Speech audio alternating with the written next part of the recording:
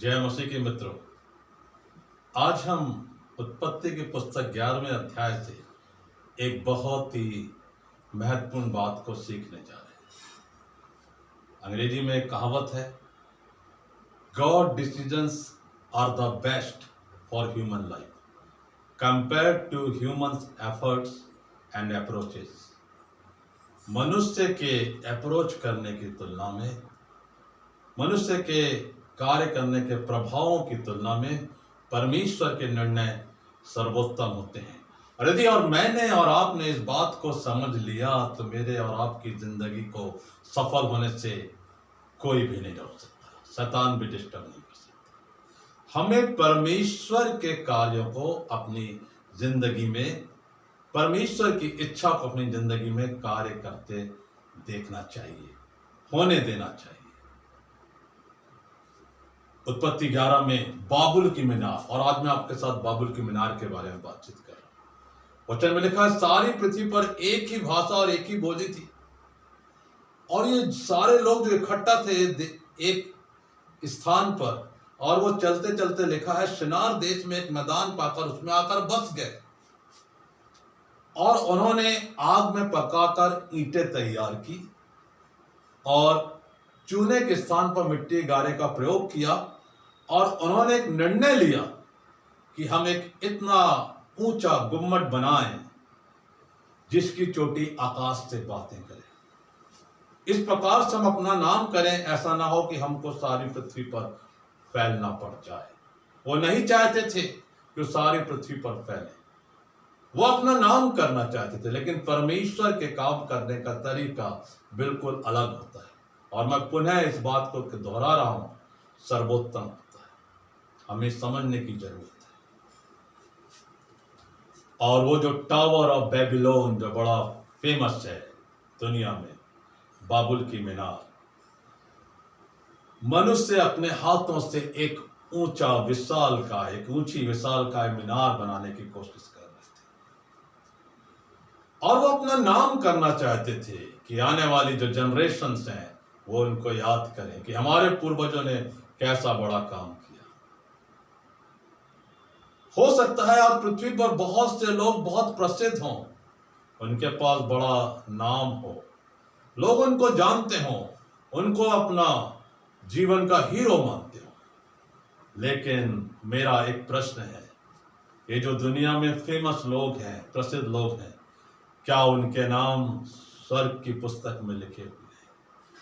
ऐसी प्रसिद्धि का क्या फायदा कि आप पृथ्वी पर तो फेमस हैं, लेकिन स्वर्ग में आपका नाम नहीं है, वहां आप फेमस नहीं हो पाते। इसलिए हमें यह प्रयास करना चाहिए कि हम अपने जीवन में अगर कोई बड़ा काम करना चाहते हैं तो परमेश्वर की अगुवाई में करें, और उस कार्य के द्वारा हमें नहीं परंतु परमेश्वर को महिमा मिले। यूहन्ना बपतिस्मा दाता कितनी सुंदर बात कहते हैं, अवश्य है कि वो बढ़े और मैं घटूं।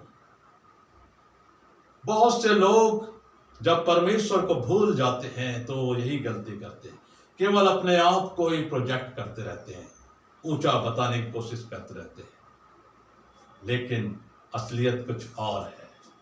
जब हम परमेश्वर के साथ होते हैं तो परमेश्वर पिता हमें वो नाम देता है जो दूसरों को नहीं मिलता, और साथ ही स्वर्गीय निवास स्थान भी प्रदान करता है। क्यों ना हम इस बात को सीखें कि हमें क्या करना है। लिखा है, जब लोग नगर और गुम्मट बनाने लगे तब उन्हें देखने के लिए यहोवा उतर आया। बहुत बार परमेश्वर पिता, ये जो मुहावरा है, फ्रेज है कि यहोवा उतर आया, वो बतलाता है कि परमेश्वर बहुत बार मनुष्य को कुछ कुछ काम को ना करने के लिए रोकता है, उन्हें समझाइश देता है कि इसका परिणाम तुम्हारे भावी जीवन के लिए अच्छा नहीं होगा। जब मिस्र देश में इस्राएली लोग गुलामी का जीवन व्यतीत कर रहे थे, वो रो रहे थे, करा रहे थे, चिल्ला रहे थे कि कौन हमारी सहायता करेगा। तब परमेश्वर ने मूसा को बुलाया, उसे चुना और कहा कि तुझे अगुवा बनकर इस्राएलियों को मिस्र देश की गुलामी से निकालना है। वचन में लिखा है, I have seen the affliction of my people मैंने अपने लोगों के दुख को देखा है, and I have come to redeem them. मैं उतर आया हूं कि उन्हें छुड़ाऊं। आइए अपने जीवन की समस्याओं को, कठिनाइयों को, तकलीफों को, अपने जीवन के उद्देश्यों को, डिसीजंस को परमेश्वर के हाथ में सौंपें। और जब आप प्रार्थना करके उससे निवेदन करेंगे, बहुत बार वो आपको उतर कर छू लेंगे, पवित्र आत्मा आएगी और आपको वो गुम्मट बनाने में मदद करेगी, वो आध्यात्मिक गुम्मट बनाने में मदद करेगी कि आप पृथ्वी पर बहुत सी आत्माओं को बचाने के लिए परमेश्वर के एक बड़े दास के रूप में, दासी के रूप में जाने जाएंगे। बाबुल की मीनार बनाने से लोग प्रसिद्ध होना चाहते थे। हमें अपना नाम स्वर्गीय पुस्तक में लिखना है, लिखवाना है, और वह सब तभी संभव होगा जब हम अपने जीवन के प्रयासों को परमेश्वर के हाथ में सौंप दें, उसकी इच्छा के अनुसार करें। बाबुल की मीनार हमें एक और बात सिखाती है कि परमेश्वर ने बाद में उनकी भाषा में गड़बड़ी डाल दिया कि वो एक दूसरे की बोली को ना समझ सके, और परमेश्वर ने उन्हें सारी पृथ्वी पर फैला दिया। अगर वो केवल एक स्थान पर इकट्ठा होकर रहने लगते तो सारी पृथ्वी का विकास कैसे होता? क्योंकि परमेश्वर ने सारी पृथ्वी को सुंदर बनाया है। पहाड़ है, नदी है, मैदान है, समुद्र है, अलग अलग प्राणी है। कैसे सृष्टिकर्ता की सुंदर सृष्टि को अलग अलग स्थानों में, अलग अलग मौसम में लोग देख पाते हैं। परमेश्वर ने उनको अलग अलग भाषाएं सिखाई। When they were scattered around on the earth, पृथ्वी पर अलग अलग स्थान पर जाने के बाद परमेश्वर ने उनको नई संस्कृति सौंपी, नया कल्चर, न्यू कल्चर, नई ट्रेडिशंस दिए, उनको नई परंपराएं बतलाई, उनको अलग अलग स्थानों में लोगों के जीवन को बचाने के लिए विटनेसेस बनाया, गवाह बनाया।